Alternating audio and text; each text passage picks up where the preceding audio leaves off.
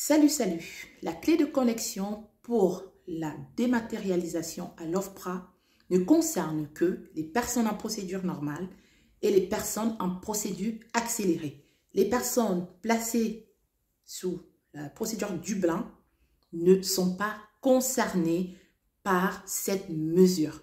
Tout simplement parce que ce sont des personnes qui sont en attente de prise en charge par le pays responsable de leur demande d'asile et n'ont pas reçu de courrier, n'ont pas reçu de dossier OFPRA.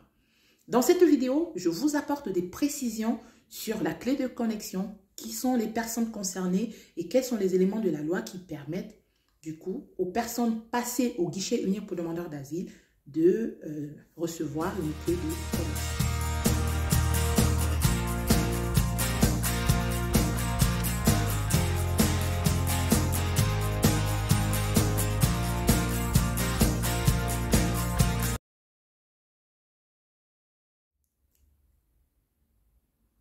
Salut, salut, j'espère que vous allez bien. Donc, je m'appelle Mariette de la chaîne Demande d'asile de A à Z. Je reviens aujourd'hui, comme convenu, avec une nouvelle vidéo où cette fois-ci, je vais vous apporter des précisions par rapport à ma vidéo sur les courriers OFPRA en lien avec la dématérialisation. Vous êtes plusieurs à m'avoir écrit pour me demander finalement où se situait cette clé de connexion et que vous ne l'avez pas reçue. Vous étiez un peu inquiet par rapport à cette vidéo parce que vous vous êtes dit que certainement vous êtes passé à côté de quelque chose. Donc, dans cette vidéo, je vais déjà vous apporter des éléments de réponse en lien avec ma vidéo, notamment sur la clé de connexion.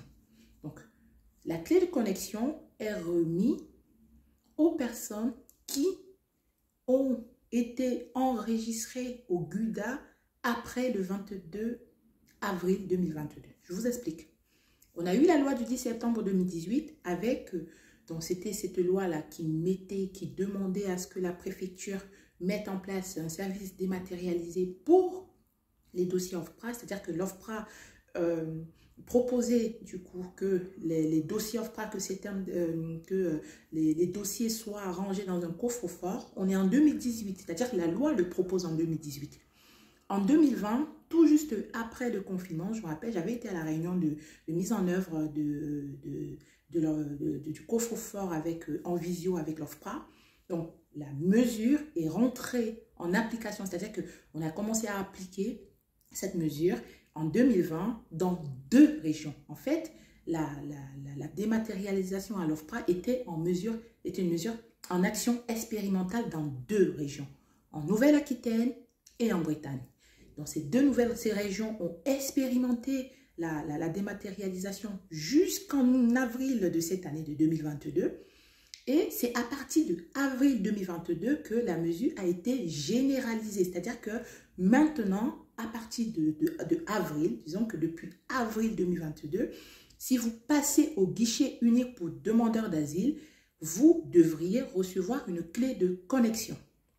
À préciser, les régions qui n'étaient pas concernées lors de la mise en œuvre en action expérimentale, il n'y a pas de rétroactivité. C'est-à-dire que ce n'est pas parce que vous n'étiez pas concerné que là, en 2022, tout de suite, parce qu'elle rentre en vigueur et que tout de suite, vous devriez, vous aussi, être concerné par cette loi. Non.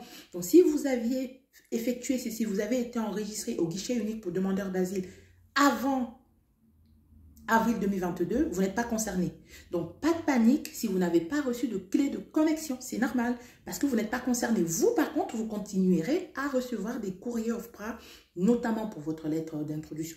Après, quoique la lettre d'introduction, vous devriez l'avoir reçue depuis un moment. Pour les décisions, pour celles qui ne sont pas encore convoquées à l'OFPRA, donc vous recevrez par courrier votre lettre de convocation et votre décision.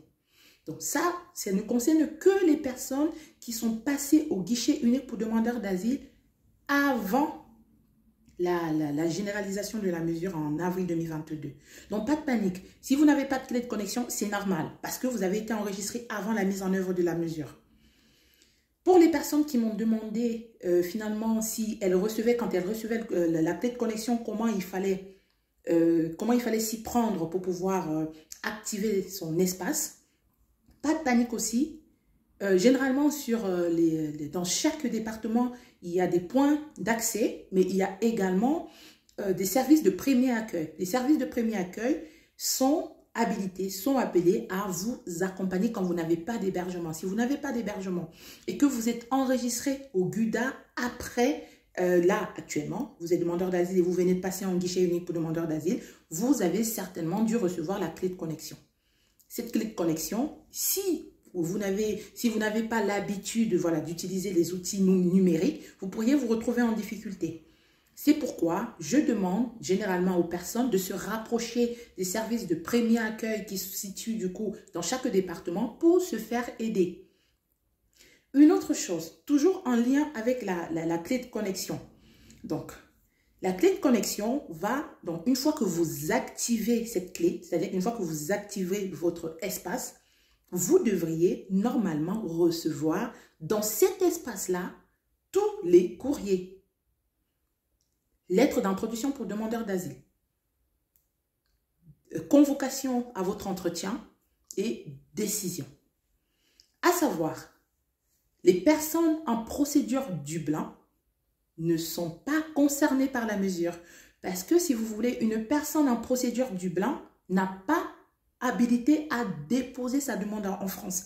Elle est en attente de décision du pays responsable de sa demande d'asile. Donc, la dématérialisation à l'OFPRA ne concerne que les personnes placées en procédure normale ou en procédure accélérée, enregistrées après le 22 avril 2022 au guichet unique pour demandeurs d'asile. J'espère que je suis assez claire par rapport à cette information que je vous donne. Aussi, c'est un espace de transmission de courrier. C'est-à-dire que via l'espace numérique, vous ne pourriez pas échanger avec l'OFPRA. C'est un espace que l'OFPRA a créé pour pouvoir vous transmettre des courriers, pour pouvoir vous déposer des courriers. Mais en aucun cas, c'est pas via cet espace-là, vous ne pourriez pas contacter l'OFPRA. Donc voilà, j'espère que cette vidéo apporte des précisions par rapport à la précédente que j'ai éditée il y a un moment. N'hésitez pas à me poser des questions en dessous de la vidéo pour que je puisse élucider, pour que je puisse éclaircir mes propos, parce que je sais que c'est un peu flou tout ce que je dis et que des fois c'est complexe parce que vous n'êtes pas du milieu, vous n'êtes pas là-dedans et vous vous dites mais qu'est-ce qu'elle parle, qu'est-ce qu'elle me dit? Donc d'ici là, portez-vous bien et on se dit à très rapidement pour une autre vidéo.